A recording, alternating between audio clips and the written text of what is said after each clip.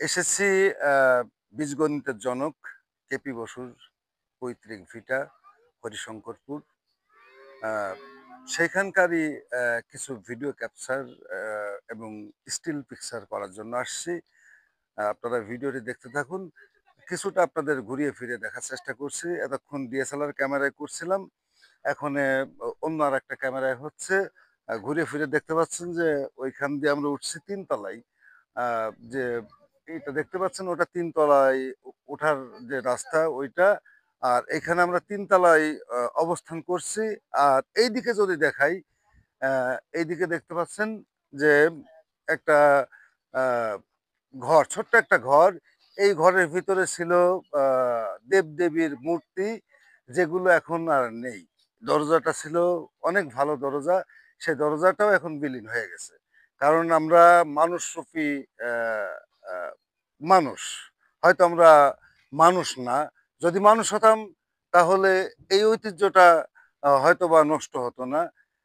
এইখানে আমি একটু দেখাতে বলবো যে ভিতরে যে কারুকার্য আছে এই কারুকার্যগুলো আ মানে দেবদেবীর মূর্তি দিয়ে সাজানো ছিল।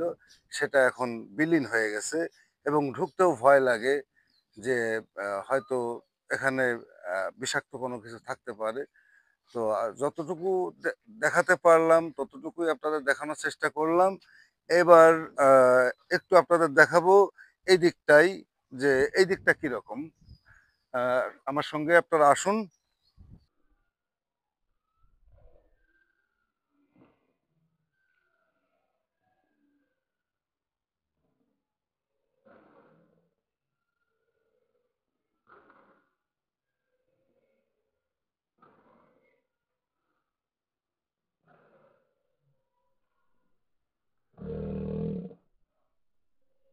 হয়তো আপনারা মনে করছেন যে আমার হাতে ২ টা কেন? এটা হচ্ছে গিম্বল। অর্থাৎ এটা দিয়ে অটো আ আ ভিডিও করা যায়। আর এটা ডিএসএলআর ক্যামেরা। আমি আমার ইউটিউব চ্যানেল বা আ ফেসবুকে যে ছবিগুলো দিই, সাধারণত এই ক্যামেরা এবং এই গিম্বল থেকে করা হয় এবং যেগুলো স্ট্যান্ড আছে সেইগুলোর উপর রেখে আমি একাই করি। কিন্তু আজকে ক্যামেরাম্যান সাথে নিয়ে আসছি। এজন্য আপনাদের এই বিষয়টা দেখাতে পারছি আমি নিজে থেকে।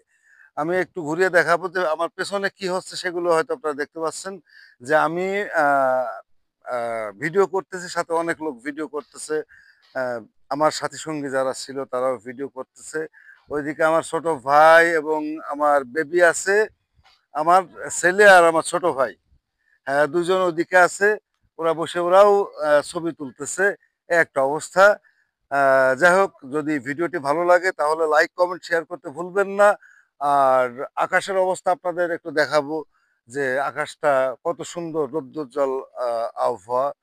এই আবহাওয়াতে আ আসলেই মনে চায় যে আ একটু ঘুরি।